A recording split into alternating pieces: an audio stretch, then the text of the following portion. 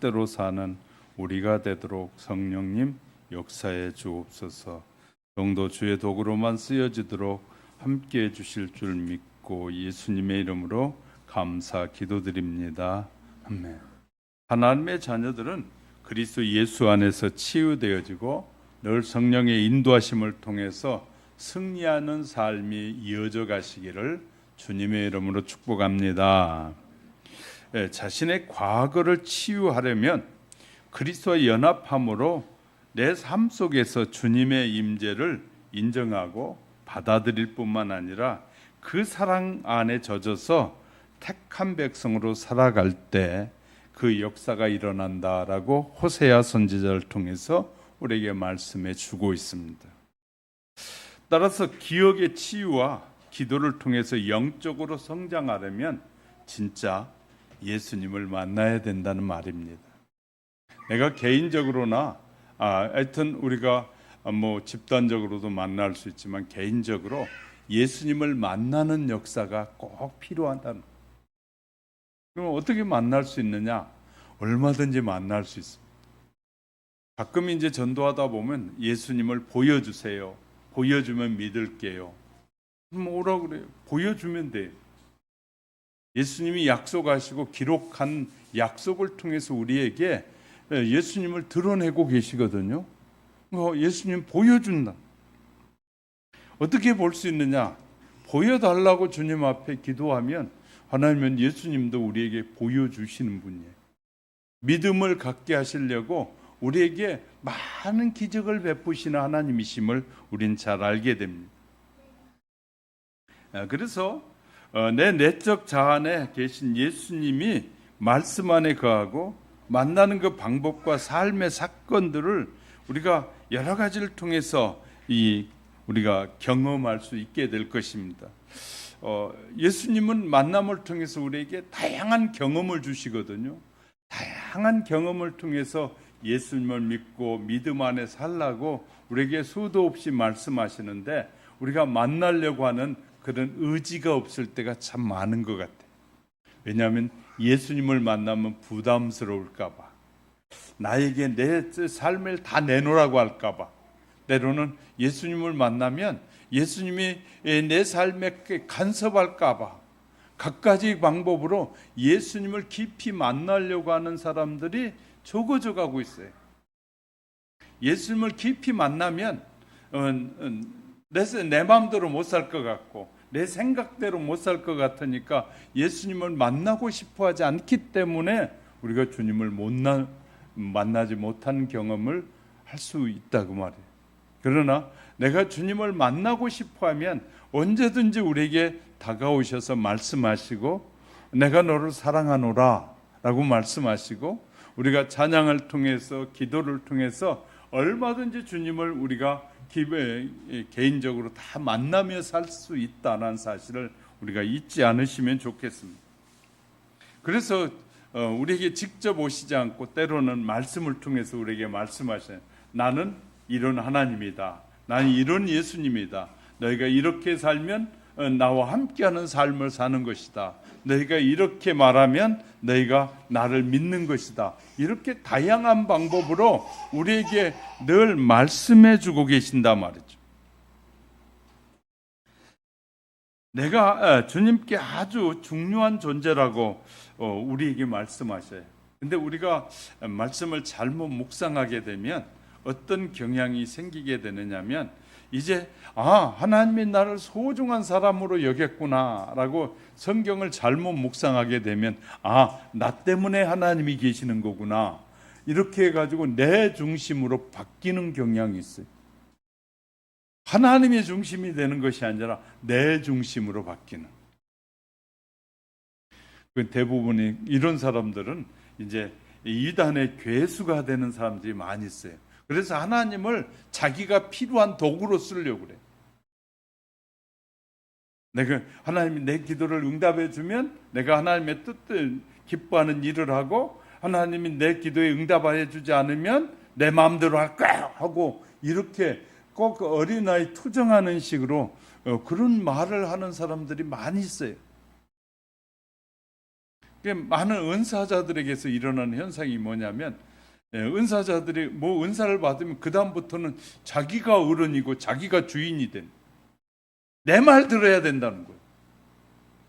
주님의 말씀을 들어야 되는 것이 아니라 내 말을 들으면 내 말이 주님의 말이라는 거.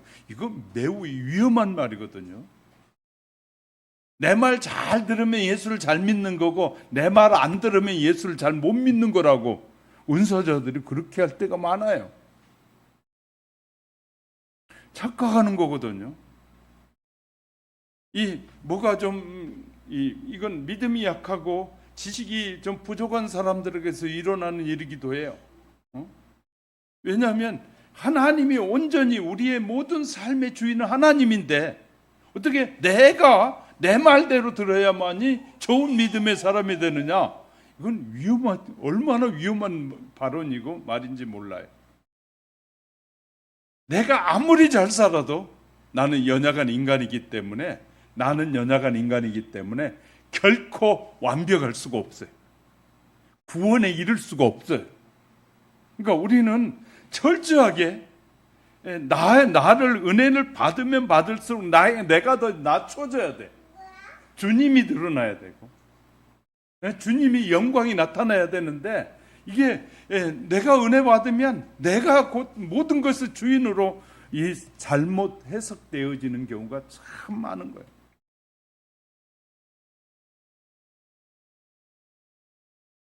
우리가 이제 이런 부분들을 성경을 해석해 가고 개인적으로 주님을 만났을 때 조심해야 될.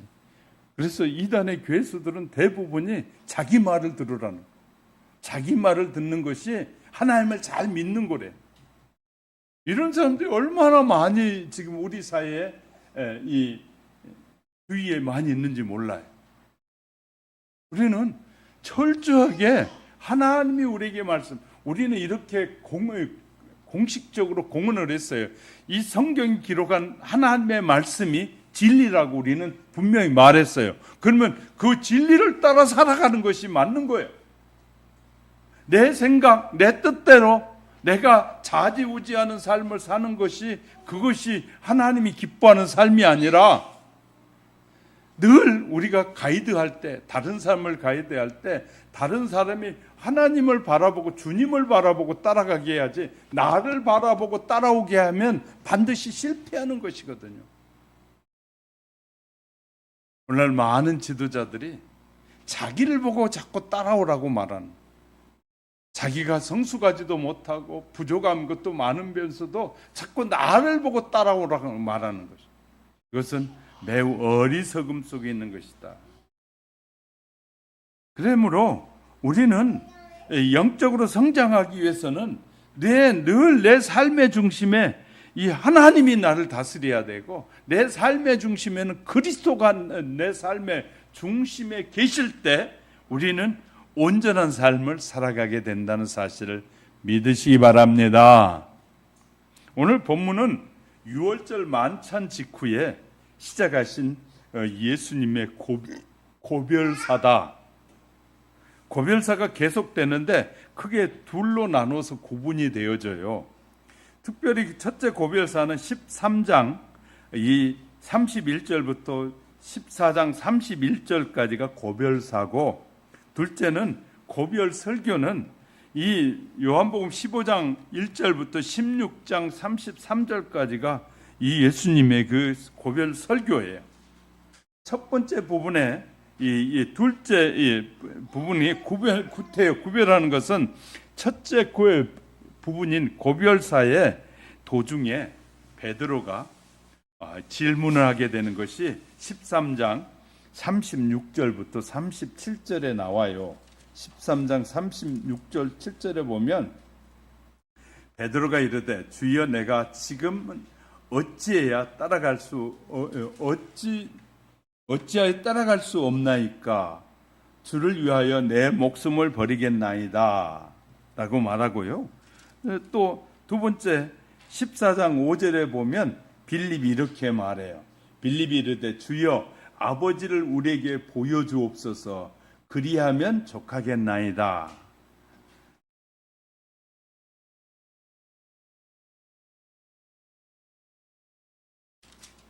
14장 5절에는 도마가 이르되 주여 주께서 어디로 가시는지 우리가 알지 못하거늘 그 길을 어찌 알겠습니까? 그 다음에 빌립은 8절에서 그렇게 아버지의 줄을 보여달라고 그러죠. 그 다음에 이 14장 22절에 가보면 이 또 누가요?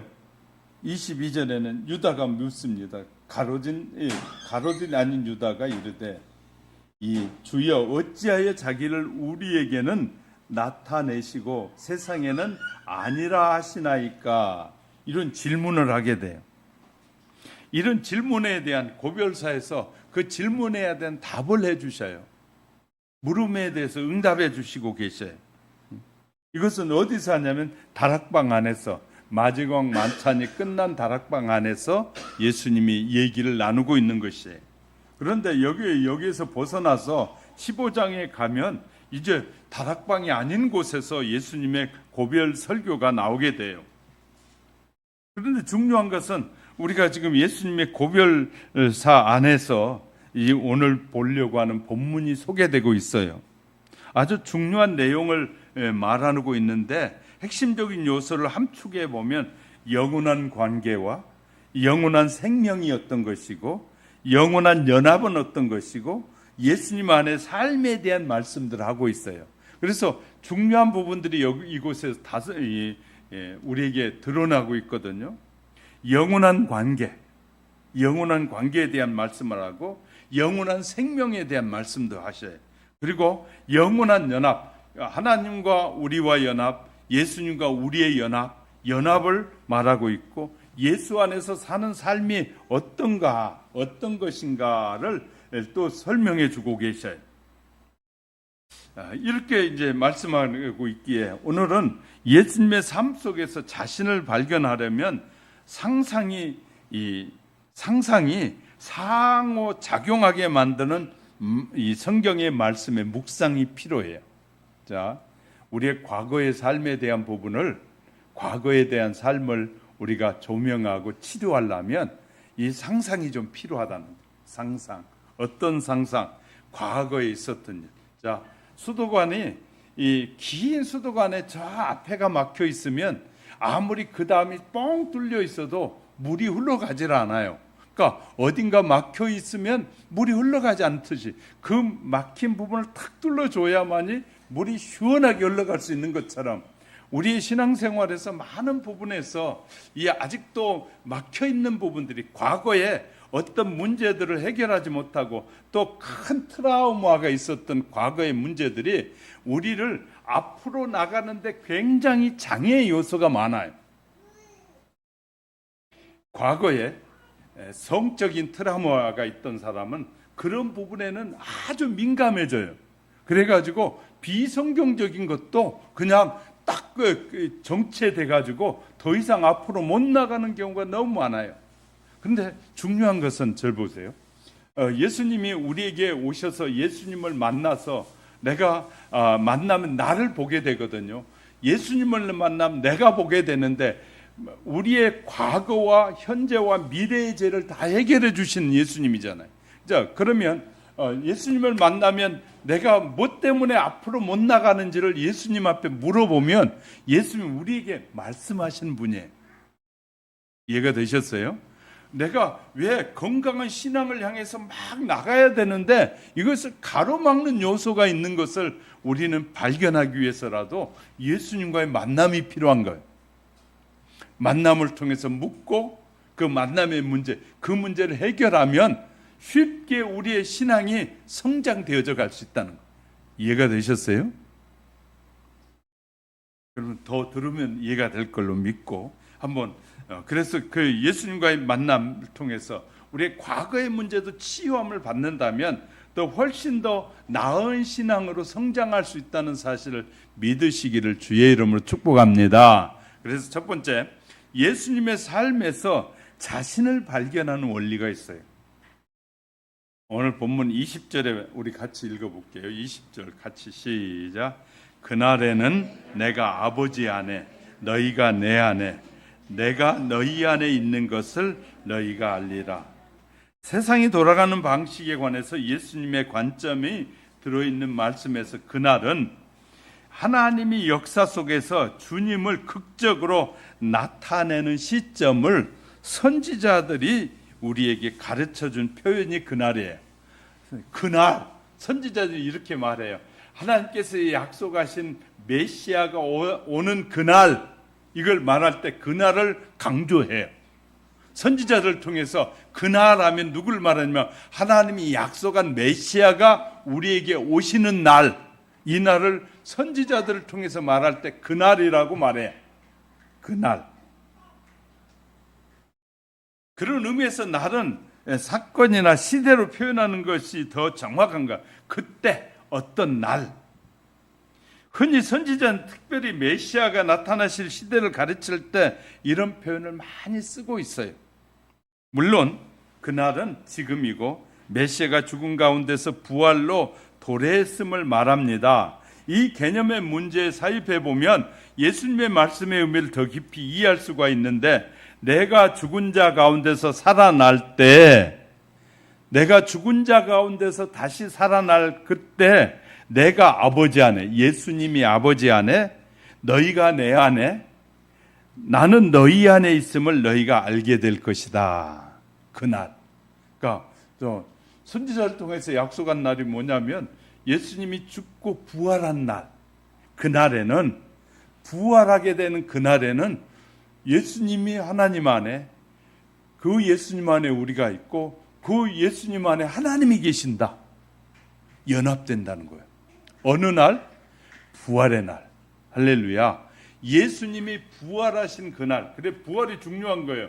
다시 살아. 하나님이 약속해서 죄인을 위해서 당신의 아들이 십자가에 죽으시고 다시 부활한 그날, 살아난 날은 하나님의 생명이 그 안에 있는 것 같이 우리가 그 안에 있는 그 예수를 믿는 그 생명이 우리 안에도 있다는 거예요.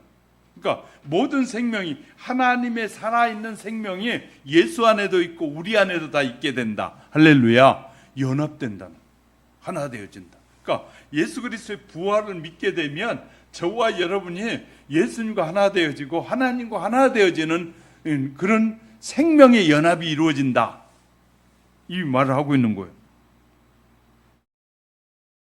바로 하나님이 예수님을 죽은 자 가운데서 살리셨기에 우리는 예수님과 아버지가 하나이고, 하나 예수님이 우리 안에 계시고 우리가 그분 안에 있음을 말씀하고 계시는 거예요. 그러니까 이제 부활을 믿는 것이 이렇게 대단히 중요한 일이에요.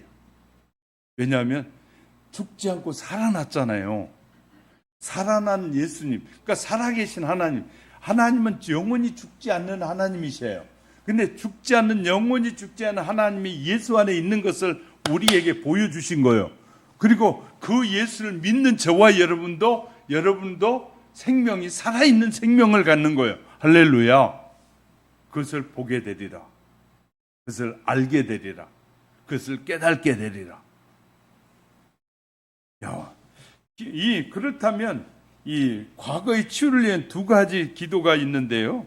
말씀을 성취하고 과거와 현재와 미래에 대해서 모든 것을 하나님 앞에, 내가 내 삶을, 주님을 만나면서 돌아보니까 잘 믿고 싶은데 자꾸 꺼리지, 문제가 생겨, 장애가 있어. 잘 믿고 살아야 되는데 자꾸 믿음을 이렇게 저해하는 요소가 생겨. 그럴 때 쉬운 문제는 자신을 발견하는 것은 주님 앞에 물어보는 거예요. 내가요, 예수님의 말씀, 하나님의 말씀을 확실하게 믿으면 되는데 안 믿으니까 문제가 생기잖아요. 우리의 삶 속에 나를 발견한 상상이 주는 유익은 삶을 위대하게 만든 능력이 내 안에 있음을 알게 될 거예요. 자, 내가 예수 그리스도를 믿음으로 내 생명이 살았어.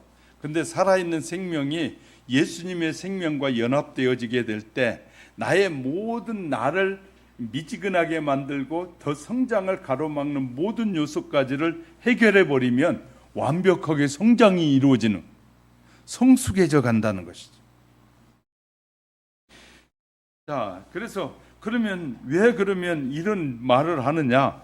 우리가 성경 속에 갈 때 히브리서 4장 12절에 보면 하나님의 말씀은 살았고 활력이 있다라고 말씀합니다. 자, 하나님의 말씀을 믿으면 살았고 활력이 있는데 우리는 활력이 없어. 하나님을 믿으니까 하나님의 약속을 믿으면 저와 여러분도 활력이 있어야 되는데 활력이 없어. 믿기는 믿는데 늘 엉터리로 믿어.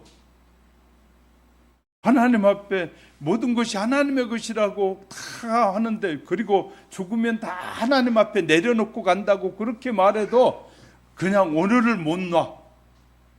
이것이 없으면, 돈이 없으면 내일 굶어 죽을 것 같은 그런 마음이 드는 거예요. 주님만 내 안에 계시면 우리는 영원히 평안한데, 우린 돈이 있어야만 영원히 평안해. 돈이 없으면 뭔가 불안해. 이게 우리의 믿음이요, 하나님의 약속을 안 믿기 때문에 그런 거예요. 하나님의 약속을 안 믿으면 늘 불안해. 언제 죽을지 모르고 어떤 일이 벌어날지 모르는데. 근데 하나님을 믿으면 과거에 우리의 죄를 사하실 뿐만 아니라 오늘의 죄도 사하고 미래의 죄까지 다 사해 주시기 때문에 우리가 천국에 갈 수 있는 거거든요. 근데 하나님의 말씀은 살아있고 활력이 있다고 하는데, 힘이 있다고 하는데 예수를 믿는데 힘이 없어. 왜? 하나님을 안 믿는다는 말과 똑같아요. 입으로는 믿는데 마음으로는 아직 안 믿는 거예요.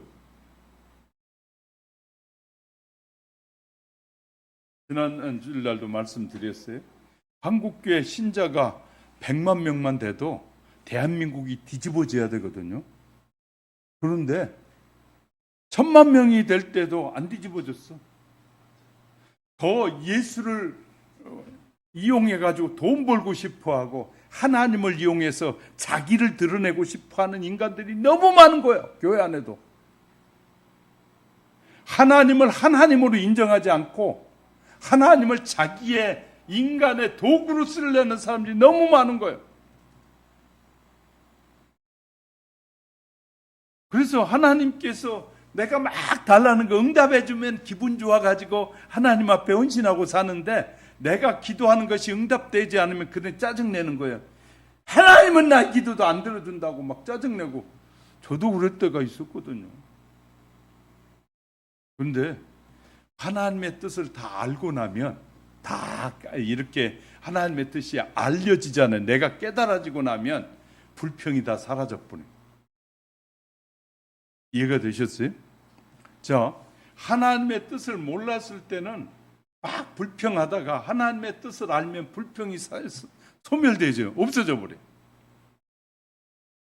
아이들이 막 칼을 달라고 그래요.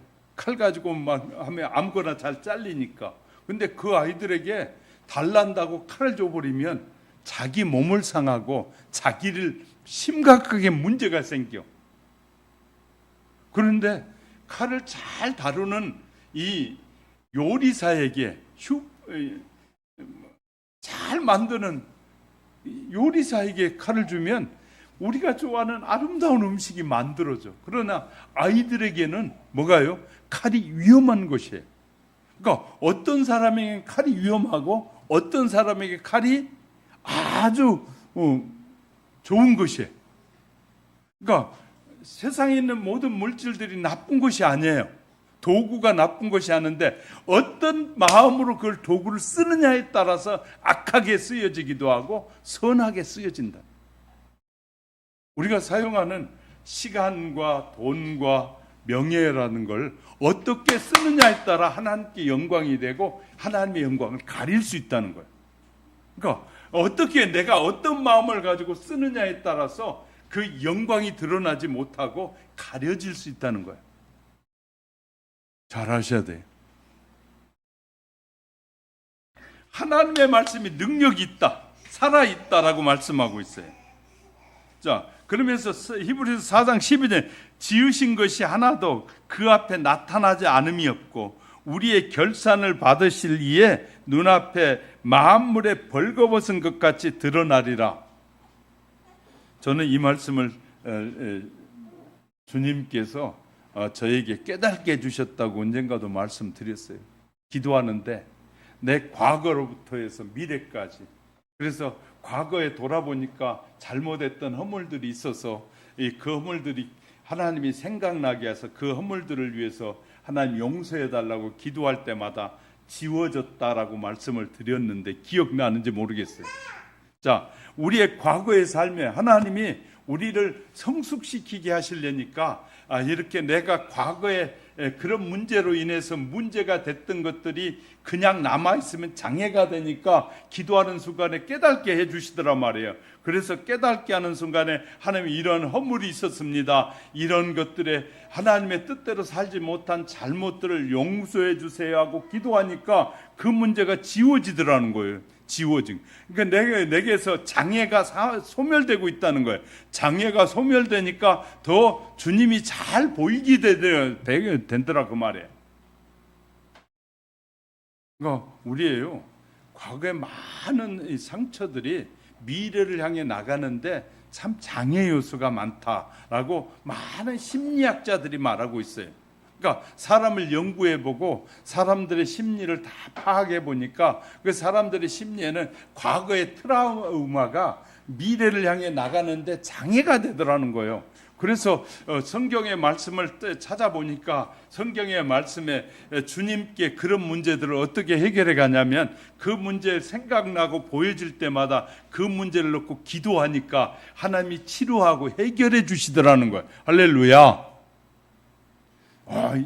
이제 이런 부분들, 그러니까 우리가 성장해 가는데 장애 요소를 다양한 심리학자들 통해서 풀어가는 지혜를 하나님이 주시는 거예요.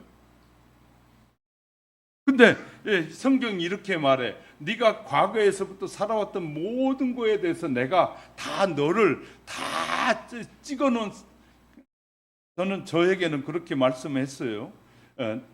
다 기록된 필름이 있다. 네가 나를 속일 수 없다 그 말이에요. 그 말은요, 하나님 앞에 내 인생을 속일 수도 없고 과거부터 나를 하나님이 태어나면서부터 벌써 나를 택하여 하나님의 사람이 되게 하려고 준비했다 그 말이에요. 그 말은. 그러니까 오늘 내가 예수 믿는 것은 지금 시점이지만 과거부터 하나님이 나를 예수 믿게 하려고 다 준비해 놓고 계셨다는 거예요. 이해가 되시면 아멘. 과거부터 다 준비해. 그러니까 과거부터 나를 다 알고 계신다는 거예요. 그러니까 하나님이 창조하신 분이 나를 알고 세상을 다 아신다는 거예요. 그러니까 하나님보다 세상을 알고 하나님보다 더 많은 것을 아는 사람인 세상이 존재하지 않는다고 말이에요. 하나님은 나부터, 나 개인도 이렇게 잘 아실 뿐만 아니라 나라도 잘 알고 세계를 하나님만큼 잘 아시는 분은 없단 말이에요. 그래서 히브리의 선지자를 통해서 우리에게 말씀하시는 거예요. 과거부터 내가 다 알기 때문에 우리의 결산을 받으실 그 의에 그 눈앞에 만물이 벌거벗은 것 같이 다 드러나게 되더라.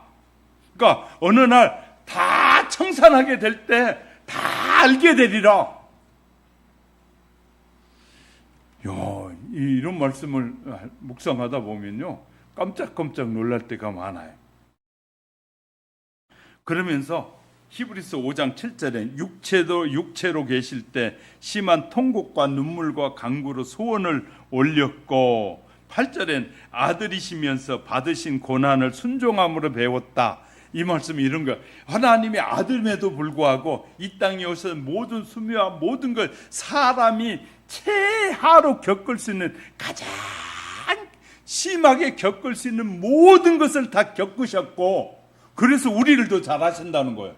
사람이 하나님이 이런 걸 모를까, 저 사람은 내 마음 모를 거야, 내가 어떤 수모를 받았는지 모를 거야 하는데 그 수모보다 더 큰 수모도 주님이 다 받으셨다는 거예요. 그런데 뭐 하면서 해결했다고요? 하나님의 뜻에 순종함으로 이 문제를 다 해결했다는 거예요. 그러니까 하나님의 뜻에 순종하는 것이 모든 우리의 문제를 해결하는 지름길이다. 하나님의 말씀에 순종하는 것이. 그래서 이 히브리서 5장 8절에서 아들이시면서, 하나님의 아들이면서 받으신 그 고난으로 순종을 배웠다. 고난 가운데서 순종함으로 이 모든 일이 이루어지는 것을 하나님이 우리에게 드러내 보여주셨다. 그래서 바울은 에베소 4장 24절에서 하나님을 따라 의와 진리와 거룩함으로 지으심을 받은 새 사람을 입으라 라고 말해요. 그래서 입으라는 거예요.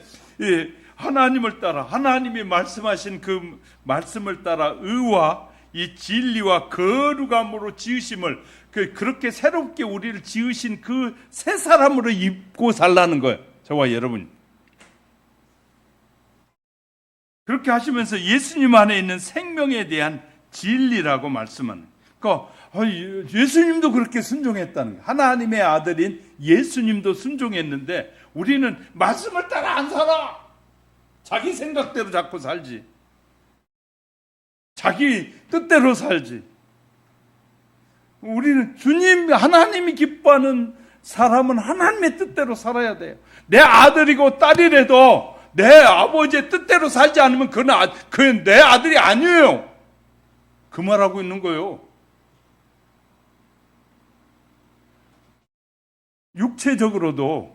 육체적 세상으로도 말하면 부모가 있는데 부모 뜻대로 살지 않고 자기 멋대로 사는 것은 그 부모의 자식이 아니기 때문에 그런다는 거예요. 부모의 자식은 그 부모의 뜻에 순종하는 거라는 거예요. 하나님은 그래서 질서를 우리에게 보여주신 거예요.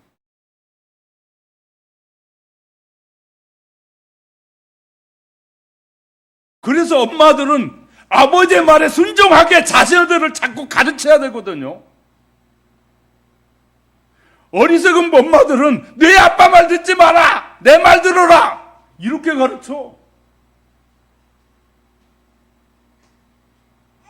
그럼 질서가 무너지는 거예요. 사회가 무너지는 거예요.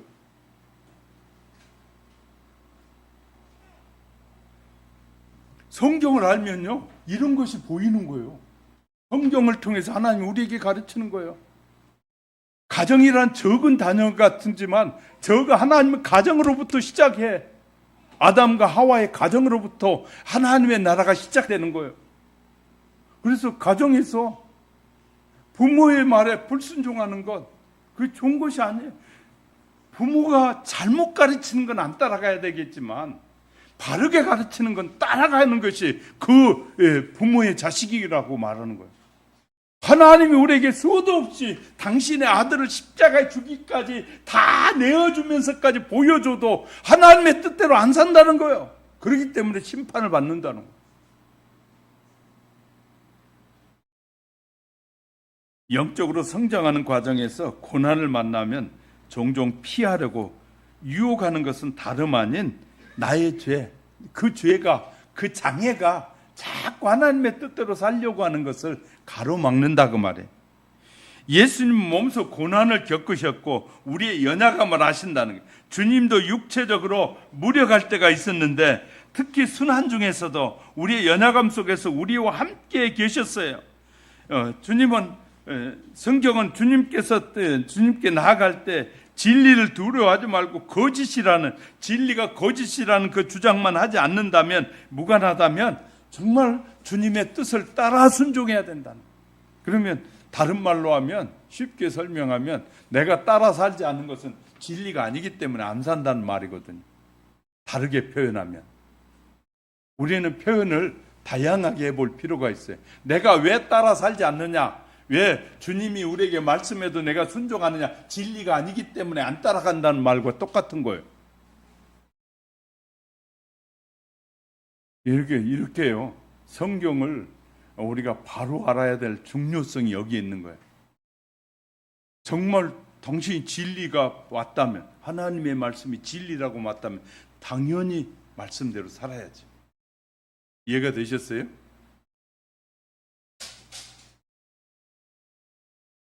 자, 두 번째는 예수님의 삶에서 자신을 치유하는 방법.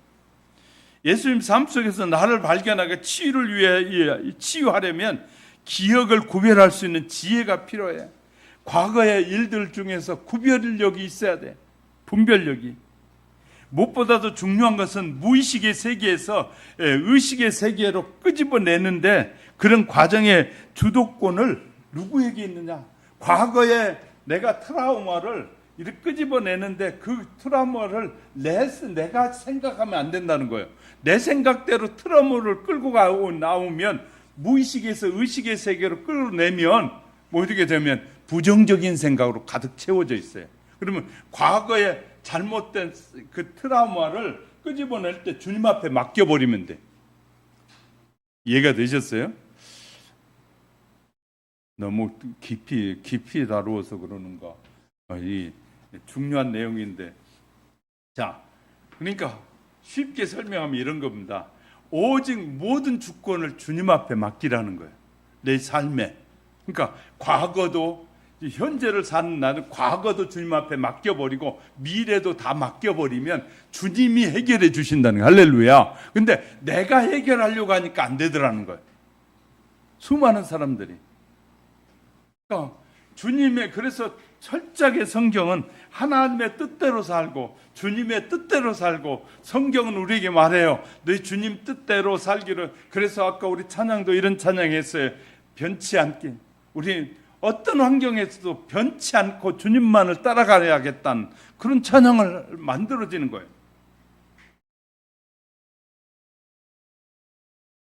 그러면 쉬운 방법을 설명해 볼게요. 자, 그러면 과거를 치유하려면 쉬운 방법이 뭐냐면 예수님의 십자가를 다시 한번 우리가 돌아보는 것입니다. 쉽게 생각하면 이럴 겁니다. 예수님이 이제 말 구육간에 태어나셨잖아요. 그럼 이제 우리가 상상의 세계 속으로 들어가는 겁니다. 예수님이 말 구유에 오셨지. 그러니까 내가 이제 말 구유에로 들어가는 겁니다. 성경을 읽을 때 그렇게 읽어야 되는데 이렇게 잘 안 읽거든요. 왜냐하면 그냥 내 생각대로 읽어가기 때문에 그 하나님의 뜻을 놓치는 경우가 많아요. 자, 말구유가 있어요. 내가 상상의 세계 속으로 들어가 보니까 말구유가 있어요. 거기에 요셉이 있고 마리아가 있어. 요셉과 마리아가 어린 예수님을 안고 막 서로 기뻐하고 있는 상황이 벌어지고 있어요. 그런데 그 마리아와 요셉이 예수를 안고 기뻐하고 있는 그때 그것을 지켜보고 계신 분이 계시는데 하나님이 계시. 하나님이 그것을 지켜보고 있어요. 그 시대에 희망이 없는 시대, 아이를 낳으면 다 죽고 그런 시대인데도 이 마리아와 요셉은 그 예수님을 안고 희망에 차서 즐거워하고 있는 그 상황 속으로 들어가 보는 거예요. 우리는 어떤 이 책을 읽든지 말씀의 세계 속에 들어가려면 그 상황을 염두에 두고 성경을 읽어야지. 왜냐하면 하나님의 말씀으로 염두에 두지 않고 읽으니까 능력 있는 말씀이라고 생각하지 않고 읽으니 그냥 대충 읽고 넘어가 버리니까 말씀이 능력이 안 나타나. 근데 그 말씀을 상고해 봐야 돼. 그 시대 상황에 들어가서 그 환경에 들어가 보는 거야. 예수님이 십자가에서 물과 피를 쏟으신데 그 백성을 향해서 수많은 자기를 쳐다보고 한 그 예수님을 향해 바라보고 있을 때 수많은 사람이 예수님을 당신이 메시아면 내려와 봐야 하고 막 외치는 수많은 사람들이 있는 그 십자가 현장을 내가 상상 속에 생각하면서 들어가 보는 거예요. 들어가 보면 주님이 그곳에 계신데 나는 그곳에서 어떻게 하고 있는가? 내 자신을 돌아보는.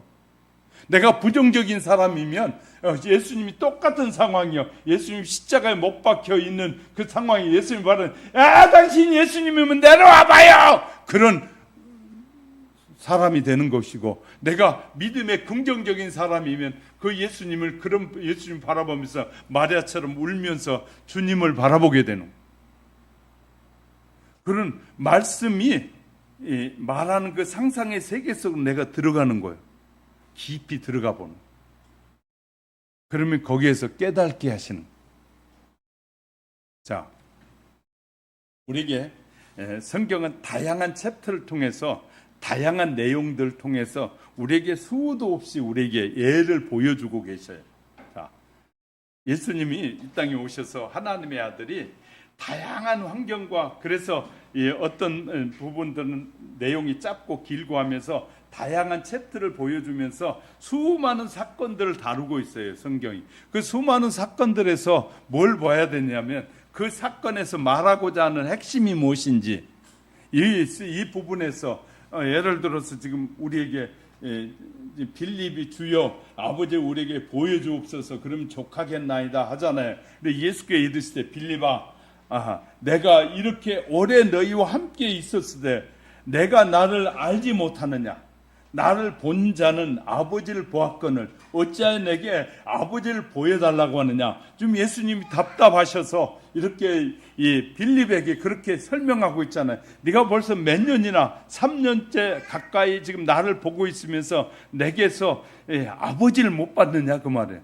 내가 지금 하고 있는 일들이 예수님이 지금 하고 있었던 수많은 일들이 누가 하는 일이냐? 신만이 가능한 일을 하고 있잖아요.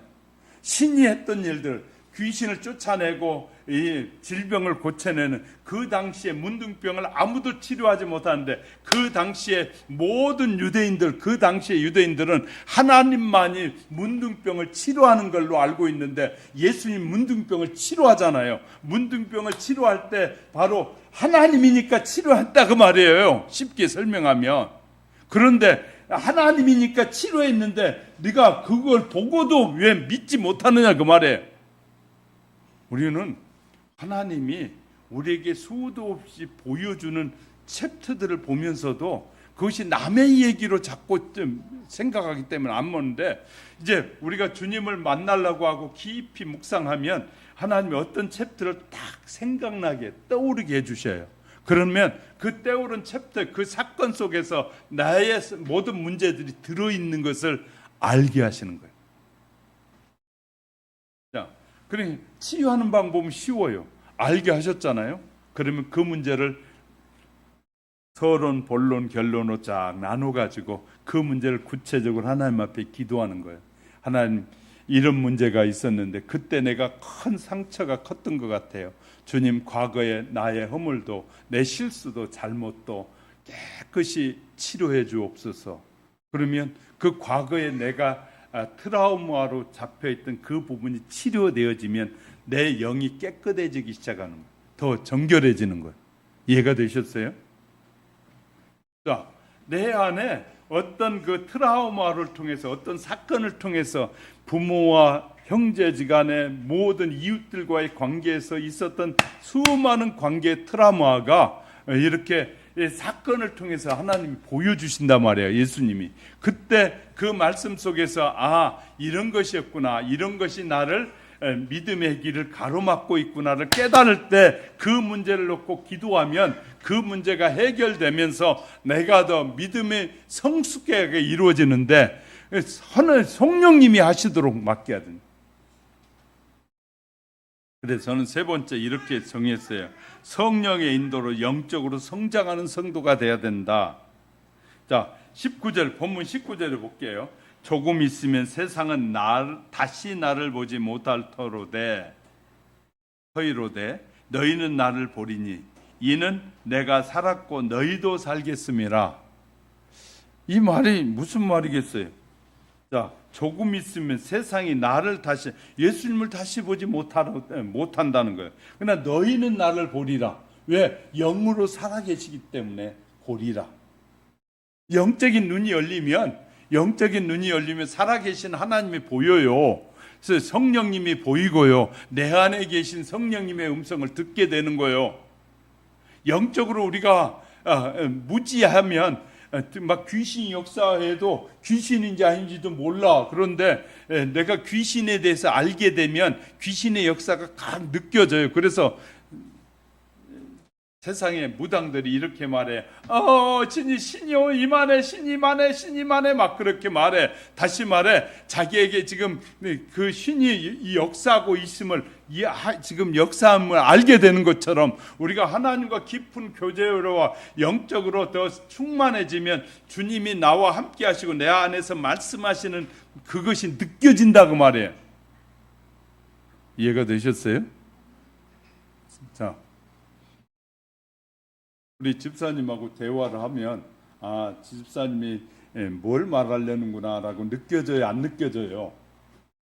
부부가 꽤 오래 살면 왜 닮아간다고 하냐면, 오래 살다 보니까, 가까운 관계가 살다 보니까, 말을 툭 던지면 뭔 말 하려고 하는구나 금방 알게 되는 것처럼. 자, 우리가 주님과 깊은 교제가 이루어지면 어떤 일들이 일어나도 무슨 일을 합시다 그러면 벌써 성령님께서 딱 깨닫게 하는 거예요. 내가 뭐 해야 되겠구나 딱 알게 되는 거예요. 이해가 되셨어요? 성령이, 내가 성령으로 충만해지면 교회가 무슨 일이 한다구나 그러면 나는 무슨 일 해야 될까 벌써 딱 알게 되어지는 거예요.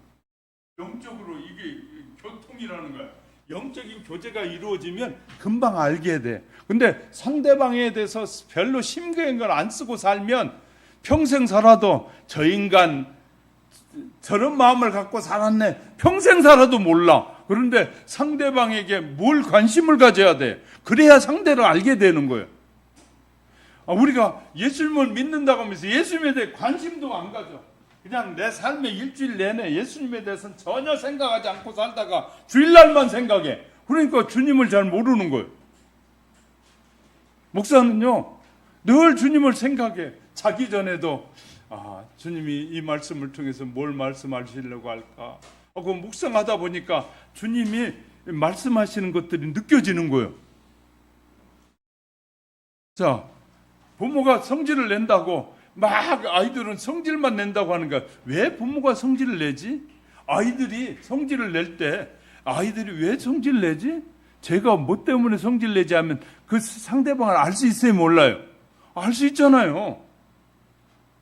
자, 우리가 하나님 앞에 민감해지고 성령으로 충만해지면 하나님이 우리에게 말씀하신 것들이 느껴진다고요? 안 느껴진다고요? 느껴진다니까요. 그래서 성령의 충만함 속에, 그래서 나는 내 생각과 나의 이 윤리적이나 도덕적인 나의 삶의 기준은 늘 죄악으로 살 수밖에 없지만, 그러니까 너희가 성령을 의지하고 살면 성령님은 죄악을 짓게 하는 분이 아니기 때문에, 선하신 성령님이기 때문에 언제나 선한 일을 우리에게 말씀하신다는 거예요. 할렐루야. 우리의 육체는 악한 영에 속해 타락한 인간이기 때문에 늘 생각하는 것이 악한 것만 생각하고 그냥 자기 유익만 생각하는데, 성령은 늘 아버지만을 생각하게 한다는 거예요. 그러니까 우리가 성령이 충만해지면 아버지의 일에 자꾸 관심이 가게 되는 거예요. 이해가 되셨어요? 사람들은 자기가 관심을 가진 것에 더 민감해져 가는 것처럼, 어떤 사람은 관심 자체도 없어 삶에 관심도 없는 사람이 있는데, 그런 사람은 삶이 뭔 것도 모르고 살다가 그냥 대충 살다 죽는 거예요. 그러나 삶에 관심 있는 사람은 여러 가지로 생각해 보는 거예요. 가을이 아름다운 잔. 그러니까 우리는요, 하나님이 이렇게 좋은 사계절을 주신 하나님 앞에 감사하지 못한 이유가 뭐냐면, 봄은 얼마나 봄이 좋은지, 여름은 어떤 것이 좋은 건지, 가을이 뭐가 좋은, 겨울이 뭐가 좋은 걸 생각하지 않고 사니까 그냥 계절이 좋은지 안 좋은지도 모르고 그냥 살아. 그냥 바쁘다는 핑계만 대고 살아. 그런데요, 우리가 정말 영적으로 민감해지면 가을에 별 하나 딱 움직이는 거 보는 동안에 하나님이 하늘의 별과 같이 아브라함에게 하셨던 약속이 나에게도 이루어지고 있구나라고 생각하면 벌써 하나님에 대한 생각을 하게 되는. 우리는요, 생각 없이 살 때가 너무 많은 거예요. 자, 하나님의 사람들은 자기의 믿음을 누가 지키냐면 자기가 지켜야 되는데, 그러기 위해서는 성령님을 의지해야만이 끝까지 믿음을 지키고 살 수 있다는 거예요. 할렐루야. 내 생각대로 살면 반드시 무너지게 되는 거예요. 그러나 성령님을 의지하고 살 때 뭐 한다고요? 우리는 승리의 삶을 살아요. 자, 구약의 하나님은 보이지 않는 하나님이셨어요. 보이지 않는 하나님이라 자꾸 이스라엘 백성들 하나님 앞에 하나님이 어디 계십니까? 계시면 우리에게 보여주옵소서 막 이렇게 했어요. 그러니까 하나님이 그런 막 부르짖는 것을 아시고 하나님이 당신의 아들을 통해서 아예 오셨어요. 우리에게 오셔서 보여줬어요. 내가 하나님이다. 내가 하는 일을 보고 하나님이 어떤 분인가를 알아라 그 말이에요. 하나님을 다 보여주셨어요. 그리고 나서 승천하시면서 그냥 놔두면 또 마귀의 유혹을 받아서 또 죄를 짓고 세상에 휩쓸려 살 수밖에 없으니까 그냥 이제는 아예 내가 너희 마음속으로 들어가리라고 성령을 통해서 우리에게 아예 들어오셨어요. 그리고 내가 너희 안에서 말하는 대로 너희가 따라 살기만 하면 믿음의 삶이 온전한 삶을 살 수 있다. 그래서 성령으로 우리에게 역사하셔.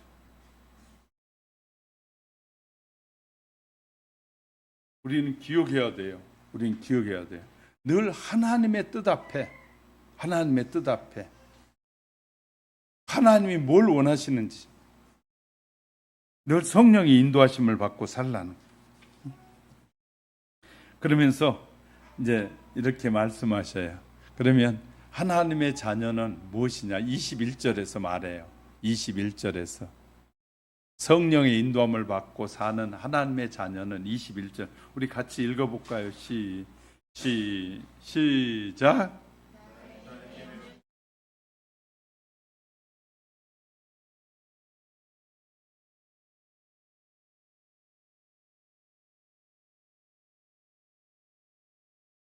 여기서 결론적으로 이렇게 말씀해요. 나의 계명을 가지고 지키는 자라야. 그 말은 그 말씀대로 사는 자라야 예수님을 사랑하는 자다. 그리고 예수님을 사랑하는 자는 내 아버지께 사랑을 받을 것이다. 왜? 아버지가 주신 말씀이니까. 아버지가 주신 약속대로 믿고 지키는 자가 예수님을 잘 믿는 자고, 그 예수님의 말씀대로 사는, 약속을 믿고 사는 자나야 하나님의 사랑을 받는 자가 된다. 그냥 우리는요, 예수 믿어요만 하면 그냥 다 하나님이 그냥 그런 하나님이 속는 하나님이 아니셔요. 거짓에 그렇게 쉽게 무너지는 하나님이 아니에요. 내가 어떻게 믿는지, 어떻게 하나님을 소중하게 여기는지, 내 삶에서 성삼위 하나님을 소중히 여기는지 아닌지 하나님이 나보다 더 잘 아셔요. 이해가 되셨어요? 하나님이 나보다 나를 더 잘 아신다는 거예요. 그렇기 때문에 우리가 하나님을, 그 계명을 지키는 자, 하나님의 말씀대로 지키는 자가 나를 진짜로 사랑하는 자고, 나를 그 사랑하는 그는 하나님의 사랑을 받게 될 것이다. 받게 될 것이다. 이렇게 우리에게 정확하게 가르쳐주고 있어요. 성도 여러분, 우리가 살면 얼마나 살겠습니까? 우리가 얼마나 살지 알지 못하지만 짧은 인생을 살아가는 동안에 예수님을 믿는다는 것은 엄청난 축복입니다. 그리고 이걸 예수 믿는 삶이 오늘에 끝나는 것이 아니라 영원한 삶과 연관되어 있잖아요. 그래서 예수를 제대로 믿으면 지금부터 영원토록 행복해지는 거예요. 그러나 지금 이 예수를 믿지 않고 지금 짧은 순간 내 마음대로 내 생각대로 살면 그 영원한 삶을 포기해버리는 거예요. 지금부터 영원한 삶을 포기하는 거예요. 지금은 내가 즐기고 짧은 기간 즐겼다가 영원한 삶에 대해서는 포기하는 것이에요. 그러니까 우리는 예수를 내 안에 모시고 내가 그 계명대로 따라 지켜 살면 지금부터 영원토록 행복한 삶이 되는 거고, 내가 지금은 주의 말씀대로 살지 않고 내 기분에 따라 살면, 내 생각에 따라 살면 짧은 삶 다음에 그 다음은 영원한 고통이 시작되는 삶인 거예요. 그래서 우리에게 예수 그리스도 안에 생명은 영원한 생명이라고 말씀하고 있는 거예요. 우리 하나님께 성도 여러분, 이제 눈을 감으시고요. 눈을 감으시고 여러분 한번 말씀을 정리하려고 합니다. 여러분 아직도 정말 예수님을 잘 믿고 있습니까? 여러분 예수님을 잘 믿고 있다면 그의 계명을 지키는 자가 돼야 됩니다. 지키되 어떻게 지켜야? 철저하게 지키는 자가 돼야 돼요. 입으로만 지키는 자가 아니라 진짜 지키는 자가 돼야 돼요. 진짜 지키려면 내 결단은 늘 허물어져요. 왜냐하면 마귀의 유혹에 사탄에 쉽게 넘어져요. 그러니까 누구를 의지해야 된다고요? 성령님을 의지해야만이 흔들림 없는 믿음의 삶을 살 수 있어요. 그래서 우리가 이 시간에도 성령님, 내가 주님을 제대로 만나고 주님 내 삶에 믿지 않는 부분들을 믿어지는, 과거에 믿지 않았던 것까지도 믿어지고 오늘도 믿어지고 영원토록 믿어지는 변함이 없는 하나님의 약속을 믿는 그 믿음의 삶을 살게 해달라고. 그리고 늘 나는 성령님의 인도하심에 민감하고 성령님의 인도하심에 순종하는 삶을 살아갈 수 있게 해달라고 우리가 기도하면 그 성령의 인도하심을 받고 믿음이 흔들리지 않고 중간에 유혹에서 넘어지지 않고 끝까지 믿음의 길을 잘 살아가는데, 지금부터 행복한 영원한 삶을 우리에게 약속해 주신 그 약속이 저와 여러분의 약속으로 늘 자리하시기를 간절히 기도드립니다. 그렇기 위해서 이 시간 한번 여러분의 마음을 정리해 보시고요, 눈을 감고 한번 정리해 보십시오.